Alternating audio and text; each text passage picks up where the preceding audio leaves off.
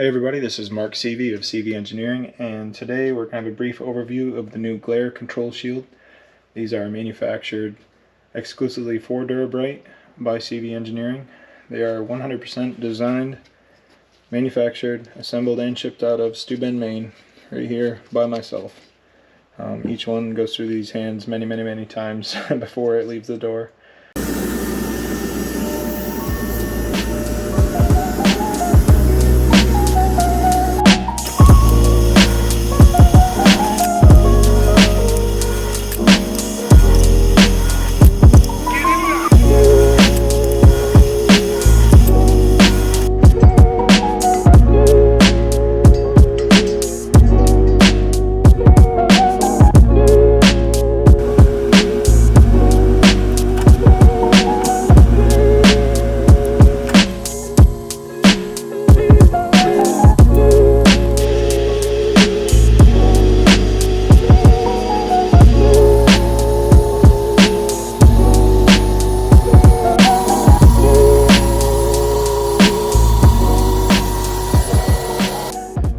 This is our elegant, rugged, dependable, and just overall perfect solution to bow glare.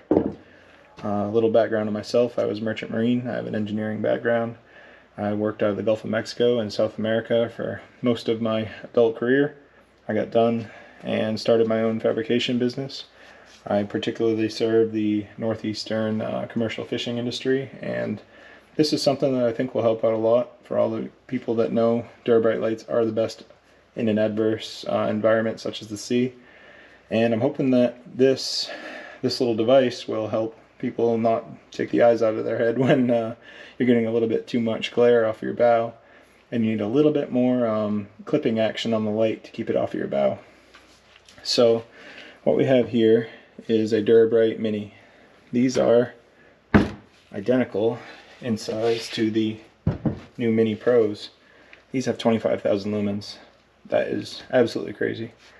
Anyhow, with that sheer intensity of light, you need to direct it a little bit tighter to keep it off your bow. This is for you. So these are an engineered product that have been tested, and they work really well. Along the side here you see the high density polymer side pieces with stainless steel inserts. These are marine grade aluminum powder coated panels to dissipate heat and cut the glare down. They're really easy to install, and I'll show you how. Alright, so as they're shipped, you got a flat pack that will have this fully assembled unit in it. All of the fasteners have already been treated with Tef gel, so there's already anti-corrosion compound in there. You'll have two side panels.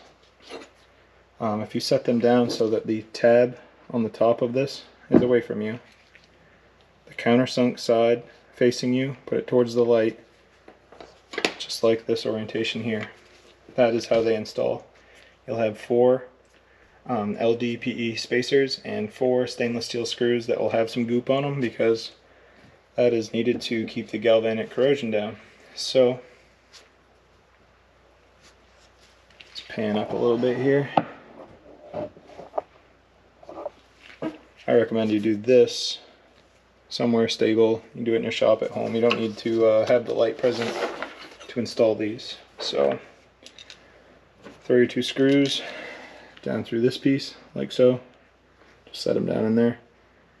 Then go down through your spacers. The gloves are not to be fancy or not get my hands dirty. Trust me, I get my hands dirty every day. In fact, the reason why I'm wearing them, my hands are stained up, and I don't want people thinking that, hey, this guy can't even wash his hands before taking a video. Frankly, this is my first video I've taken and posted to this page in years, so it's kind of a little bit of a bummer to do one that's kind of sloppy, but hey, these are shipping out, so I gotta get some information out there. Don't tighten those all the way. You want them flexible. Same thing on the other side. This is where that second set of hands comes in. Kind of handy. But anyways, countersunk side up, screw 1, screw 2. If you want, you can even set your spacers on here directly, just like that. Hold it up, look at the orientation of the other side, you're going to match it, go right into these 2 holes. When you push down on your number 2 Phillips screwdriver, don't push too hard because you'll push the nylock screw out of its little retainer space. So if you do end up doing that, it's no big deal. Just push it back in with your finger. The nylon portion of the nylock is facing outward. I'll show you real quick. So as you look in here, you see the nut. Plastic part is facing inward. The stainless steel bare threads are facing outward. Anyways, we'll get these on here. Not super tight. Just bring them down so they just start to touch the countersunk area, but they're definitely still floppy. Alright, so this is our assembled light. We got the notch at the top. There's not a notch here. Notch, just like that.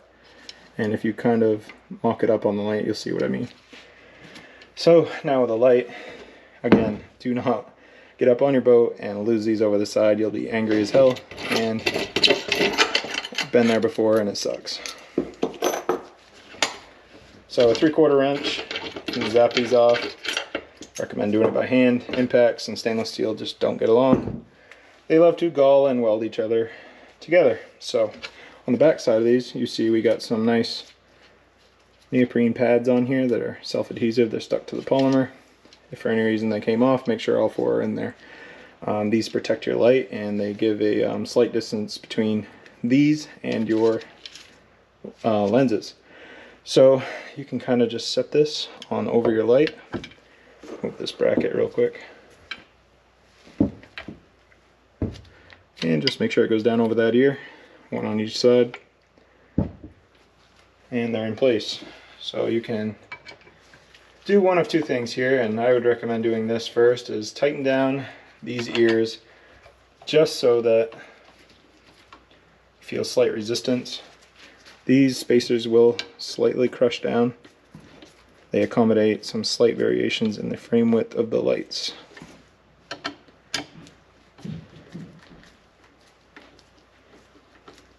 Bad time to slip and mar up the finish on something, but you'll see the gap between here and here closing, and they're pretty stout. They're on there pretty good now. So we have our frame here, and we have 2 polymer washers that are super important to go back in. These polymer washers go between that little boss on the side of the light and this stainless steel. If they don't go back in, you're going to have galvanic corrosion. It's going to be a nightmare. It's going to take threads out of your light. Make sure these go back in. If you lose them, just put some pipe dope in there, grease, what have you, until you can get some and replace it. But do not put them on without it. This is where a second set of hands come in really nice. But we're going to make do, because I'm by myself, like probably a lot of you will be too. You can kind of sneak this washer down in there, and it's an absolute pain. If the camera weren't on, I'm sure I'd get it the first time around.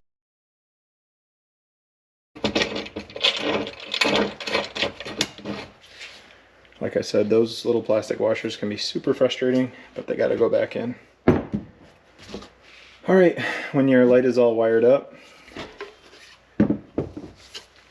take your light, tilt it, find where it's hitting the bow, back it up just off the bow, tighten your 2 side bolts up with a 3/4 inch wrench, and you're good to go.